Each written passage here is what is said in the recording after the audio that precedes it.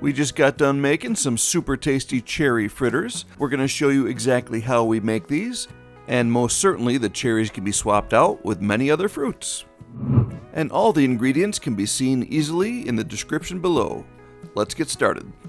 My wife and I just got back from a recent trip to Door County where we picked our very own cherries. Well, I mostly let her pick her cherries, but she was really in her happy place. So for only $16, we had this big bucket of cherries, which we had to put to some good use.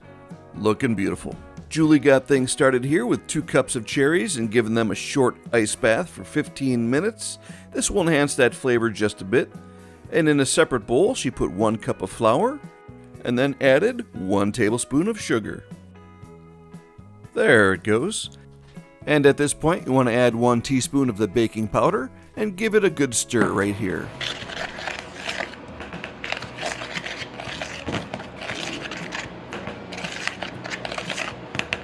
Now let's mix in a 1/4 teaspoon of salt.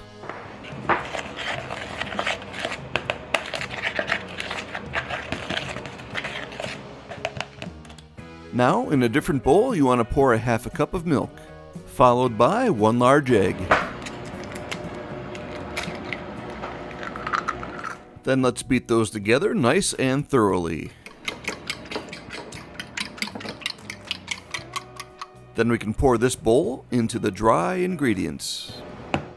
And Julie likes to use her rubber spatula to fully mix in those wet ingredients into the dry ingredients. Look at her go.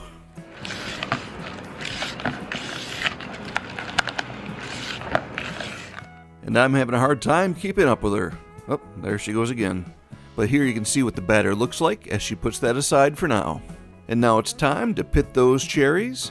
She did this manually by cutting them mostly in half and then simply removing them by hand, one by one. Now someone wants a cherry pitter. This can most certainly be avoided by simply buying pitted cherries, but when you pick your own cherries, I don't think you're going to find those pitted cherries on the trees very easily.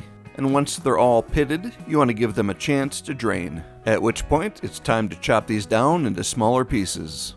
In our case here, we take each cherry half and cut it down to about 3 or 4 equally sized pieces, which will work out just perfectly.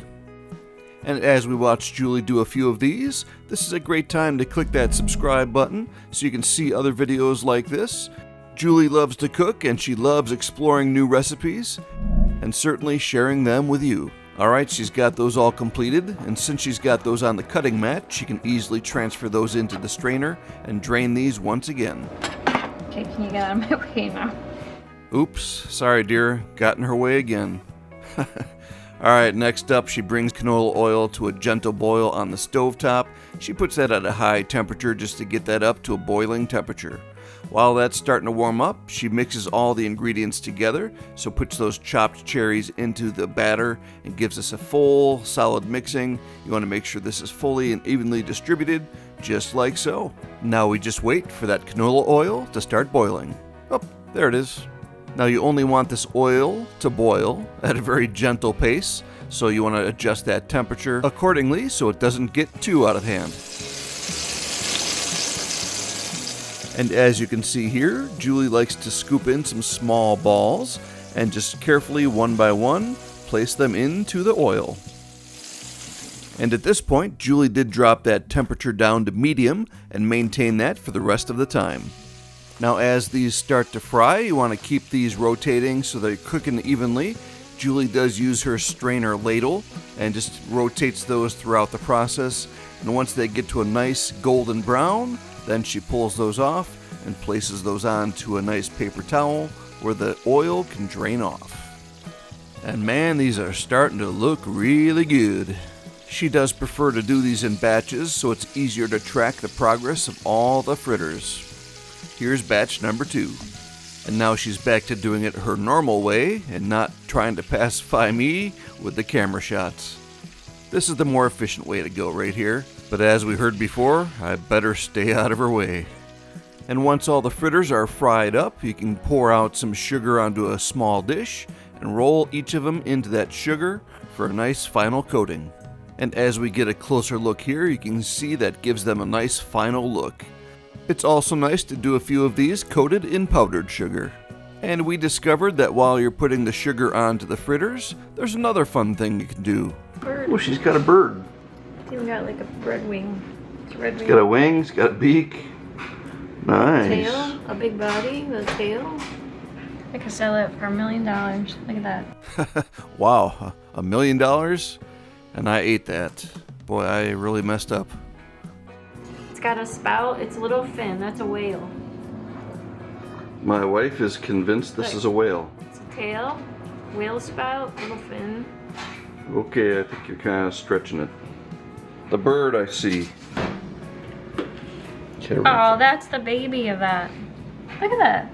Seriously, it's got a beak and a whole body and a neck. Look at that. You see that? Yep, I sure do. No, you do. That's better than a bird. It's a chick. Okay. Alright, well, I do see the birds, but sorry, I just don't see the whale deer. But hey, if you want to see another video from our channel, you can click right up here. We hope you enjoy making this recipe and certainly enjoying the fruits of the labor. And we certainly enjoy hearing from you in the comments below. And until next time, God bless.